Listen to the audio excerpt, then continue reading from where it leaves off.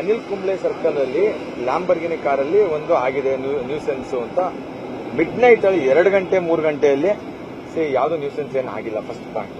ಎರಡನೇದು ಅವಾಗ ಜನನೂ ಯಾರು ಇರೋದು ಇಲ್ಲ.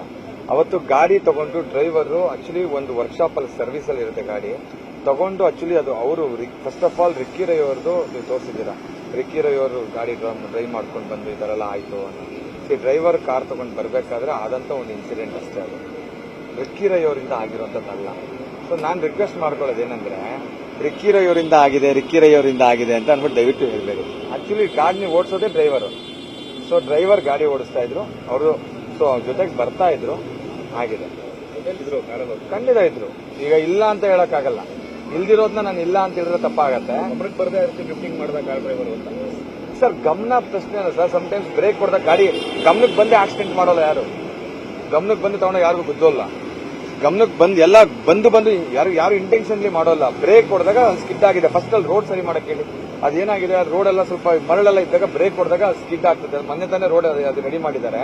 ಸೊ ಹಂಗಾಗಿದೆ ಅಷ್ಟೇ. ಅದನ್ನ ಬಿಟ್ರೆ ಅದೇನು ದೊಡ್ಡ ಇದಾಗ ಆಗಿಲ್ಲ. ಜೊತೆಗೆ ಆಗಿದೆ ಅಷ್ಟೇ. ಇಮಿಡಿಯೇಟ್ಲಿ ಗಾಡಿ ಕರೆಕ್ಟ್ ಆಗಿ ತಗೊಂಡು ಕರೆಕ್ಟಾಗಿ ರೋಡಲ್ಲಿ ಡ್ರೈವರ್ ಹೋಗಿದ್ದಾನೆ. ಅವ್ನ ಟ್ಯಾಲೆಂಟ್ಗೆ ನಾವು ಅಪ್ರಿಷಿಯೇಟ್ ಮಾಡಬೇಕು, ಆಯ್ತಾ. ಸೊ ನನ್ನ ಪ್ರಕಾರ ಟ್ಯಾಲೆಂಟ್ಗೆ ಅಪ್ರಿಷಿಯೇಟ್. ಆಕ್ಸಿಡೆಂಟ್ ಅಲ್ಲಿ ಆಗಿರುತ್ತೆ. ಹೌದು, ಅಫ್ಕೋರ್ಸ್ ರಿಕ್ಕಿ ರೈ ಕಾರಲ್ಲಿ ಇದ್ರು ಅಂತಾನೆ ನಾವು ಹೇಳಿರೋದು. ರಿಕ್ಕಿ ರೈ ಕಾರಲ್ಲಿ ಇದ್ರು, ಅದಕ್ಕೂ ನಾವು ತೋರಿಸಿದೀವಿ. ನಾವು ಅವ್ರಿಗೆ ಓಡಿಸ್ತಾ ಇರಲಿಲ್ಲ ಅನ್ನೋದಕ್ಕೆ ನಾನು ತೋರಿಸಿದ್ದೆ. ಮೋರ್ ಓವರ್ ಅವ್ರು ಓಡಿಸಕ್ಕೆ ಅವ್ರು ಎಷ್ಟೋ ದಿವಸದಿಂದ ರೀಸೆಂಟ್ ಆಗಿ ಅವರು ರಷ್ಯಾದಲ್ಲಿ ಬಂದಿದ್ದೇ ಅವ್ರು ಇನ್ನ 2 ದಿವಸ ಆಗಿದೆ ಅಷ್ಟೇ. 2 ದಿವಸ ಆಗಿದೆ. ಅದಕ್ಕೆ ಇವರು 3 ಅವರ್ ಕೂರಿಸ್ಕೊಂಡು ಇಷ್ಟೊತ್ತು ಒಂಥರ ಹಿಂಸೆ ಕೊಟ್ಕೊಂಡು ಇಷ್ಟೊಂದು ಎಷ್ಟು ಆಕ್ಸಿಡೆಂಟ್ ಕೇಸ್ಗಳಲ್ಲಿ ನಾನೇ ಒಂದು ಪ್ರಶ್ನೆ ಮಾಡ್ತೀನಿ.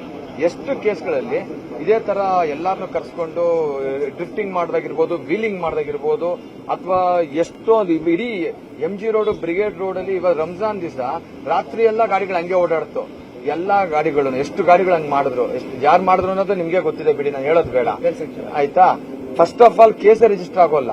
ಅಲ್ಲೇ ಗಾಡಿ ನಡೀತಾರೆ, ಅಲ್ಲೇ ಒಂದು ಫೈನ್ ಹಾಕ್ತಾರೆ, ಗಾಡಿನ ಬಿಟ್ಟು ಕಳಿಸ್ತಾರೆ. ಬಟ್ ಸ್ಪೆಷಲಿ ಈ ಕೇಸಿಗೆ ಮಾತ್ರನೇ ಯಾಕೆ FIR ಹಾಕಿದ್ರು, ಯಾಕೆ ಅವ್ರನ್ನ ಕೋರ್ಟ್ ತನಕ ಅಲ್ಸಿದ್ರು, ಯಾಕೆ ಇಷ್ಟೊಂದು ಅವ್ರಿಗೆ ಮಾನ್ಯತೆ ಕೊಟ್ಟು ಅಷ್ಟೊಂದು ಅವ್ರಿಗೆ ತೊಂದರೆ ಕೊಡಬೇಕು ಅಂದ್ರೆ ಅವ್ರು ಬಂದಾಗೆಲ್ಲ ಇಂಡಿಯಾಗೆ ಬಂದು ಒಂದು 2 ದಿವಸ ಆಗಿರುತ್ತೆ. ಏನೋ ಮಾಡಿದ್ರೆ ಸಾಕು ರಿಕ್ಕಿ ರೈ ಮೇಲೆ ಟಾರ್ಗೆಟ್ ಮಾಡ್ತಾರೆ.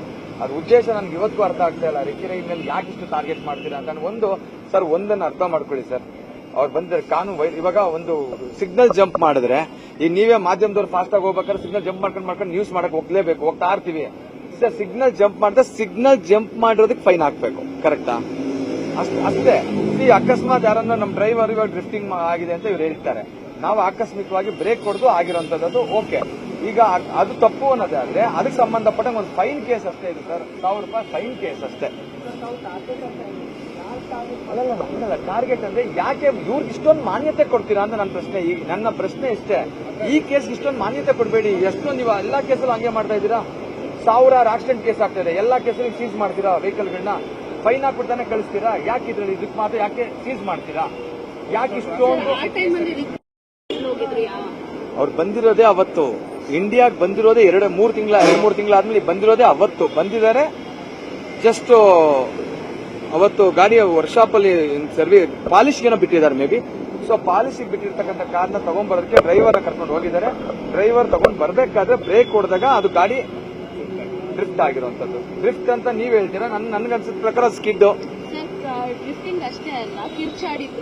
ಇಲ್ಲ 100% ಇಲ್ಲ. ಅಷ್ಟೊಂದೆಲ್ಲ ಇಲ್ಲ. ಅದು ಅಷ್ಟೊಂದು ಮುತ್ತಪ್ಪರವ್ರ ಮಗನಿಗೆ ರಿಕ್ಕಿ ರೈಗೆ ಕಿರ್ಚಾಡ್ಕೊಂಡು ಮಾಡುವಂತ ಅಷ್ಟು ಕ್ರೇಜ್ ಎಲ್ಲ ಇಲ್ಲ. ವೆರಿ ಡಿಗ್ನಿಫೈಡ್, ಬಹಳ ತೂಕವಾದ ವ್ಯಕ್ತಿ. ಅಷ್ಟು ರೋಡಲ್ಲಿ ಯಾರೋ ನೋಡಿದವ್ರು ಕಿರ್ಚಾಡಿರೋದು ತಾವು ನೋಡಿರ್ತೀರಾ. ಪಾಪ ಅವ್ರು ಯಾಕೆ ಕಿರ್ಚಾಡ್ತಾರೆ? ಇದು ಬೇರೆ ಯಾರು ಹೇಳಿದ್ದಲ್ಲ, ಟಾರ್ಗೆಟ್ ಮಾಡಿ ಹೇಳಿದ್ದಲ್ಲ, ಅಲ್ಲಿ ಪಬ್ಲಿಕ್ ಗಳು ಹೇಳಿದ್ರು. ಅಲ್ಲ, ಪಬ್ಲಿಕ್ ಯಾರು ಬಂದು ಹೇಳಿದ್ರು ಅಂತ ನಿಮ್ ಮುಂದೆ ಬಂದು ಹೇಳಿದ್ರು, ಒಬ್ಬರನ್ನ ಬಂದು ಹೇಳ್ಸಿ ಸಾಕ್ಷಿ ಕೊಡಕ್ಕೆ. ಹೌದು, ಬೈಲು ತಗೊಂಡಿದೀವಿ ಕೋರ್ಟ್ ಅಲ್ಲಿ. ಬೈಲು ಯಾಕೆ ಕೊಟ್ಟು ಒಂದು ಮಾಡೇ ಇಲ್ದಿರೋದಕ್ಕೆ ಅವರು ಒಬ್ಬ ಓನರ್ ಆಗಿ ಡ್ರೈವರ್ ಕೂಡ ಬೈಲ್ ತಗೊಂಡಿದ್ದಾರೆ ಅಂಡ್ ಇವರು ಕೂಡ ಬೈಲ್ ತಗೊಂಡಿದ್ದಾರೆ. ಎಲ್ಲ ಕರೆಕ್ಟ್ ಇದೆ, ಪರ್ಫೆಕ್ಟ್ ಇದೆ. ಡಾಕ್ಯುಮೆಂಟ್ ಕೂಡ ಕೊಟ್ಟಿದ್ದೀವಿ. ಡ್ರೈವರ್ ಯಾರು ಬೇಡ ಸರ್, ಯಾಕೆ ಪಾಪ ಅವ್ರಿಗೆ, ಯಾಕೆ ಡ್ರೈವರ್ಗೋಸ್ಕರ ಯಾಕೆ ಪಾಪ ಅವ್ರೇನೋ ಹೊಟ್ಟೆಪಾಡಿ ಜೀವನ ನಡೆಸ್ತಿರ್ತಾರೆ. ಒಂದು ಮಾಡ್ಬಿಟ್ಟು ಇವತ್ತು ಅವನು ಕೆಲಸ ಕಳ್ಕೊಳ್ಳೋ ಸ್ಥಿತಿಗೆ ಬಂದಿದ್ದಾನೆ. ಸೊ ಇದು ದೊಡ್ಡದ್ ಮಾಡೋದ್ರಿಂದ ಆತ ಕೆಲಸ ಕಳ್ಕೊಳ್ಳೋ ಸ್ಥಿತಿ. ಸೊ ಅದಾಗಬಾರ್ದು. ಪಾಪ ಅವ್ರೇನಾದ್ರು ಏನೋ ಆಕಸ್ಮಿಕವಾಗಿ ಆಗಿರೋದ್ರಿಂದ ಕ್ಷಮಿಸ್ಬಿಟ್ಟು ರಿಕ್ಕಿ ಅವರು ಅವ್ರು ಹೇಗೇನು ಇಟ್ಕೊಳ್ಬೇಕಷ್ಟೇ. ಬಟ್ ಲೆಟ್ಸ್ ಸಿ, ಅದು ಅವ್ರಿಗೆ ಬಿಟ್ಟಿದ್ದು.